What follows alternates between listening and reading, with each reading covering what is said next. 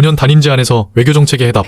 사실 인민대회당에서 시진핑 주석과 셀카를 찍으신 최초의 정상이 아닌가라는 생각이 좀 듭니다. 대통령께 여쭙고 싶은 것은 사실 우리는 5년마다 대통령이 바뀌기 때문에 지난 30년 한중 관계를 결산해 볼 때 처음에는 발전기였다가 조정기를 거쳐서 사실상 갈등기를 거쳤습니다. 이후에 이제 미래의 한중 협력 30년의 상, 이를테면은 흔들리지 않는 협력 관계가 가능할지. 대한민국의 이 5년 단임제 이 점에 대해서 사실은 중국도 관심을 보이기도 했어요. 이거 지속성을 담보할 수 있냐 뭐 그런 얘기예요.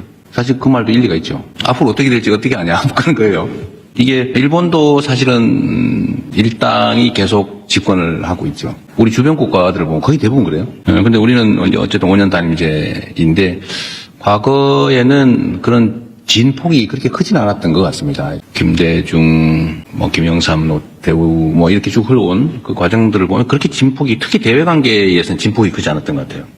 그런데 최근에 대외관계에서 이 상상 이상의 급변이 있었던 겁니다. 황당무계했을 거예요, 주변에서. 이제는 어떻게 믿지? 지금 얘기를 잘하면 나중에는 어떻게 될지 어떻게 믿나? 이렇게 된 것 같습니다. 우리는 최근의 경험으로는 완전히 천당과 지옥을 왔다 갔다 해버려가지고 뿌리끝이 흔들려버린 거죠. 대외 정책이.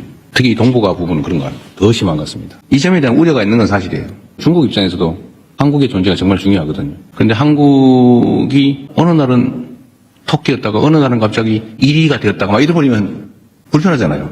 지속적인 정책 결정하기 어렵죠. 그래서 제가 이 점에 대해서 이렇게 얘기를 했습니다. 물론 그런 불안정함 때문에 정책 결정이나 국가 간 관계를 수립하는데 참 어려움이 있는 건 이해한다.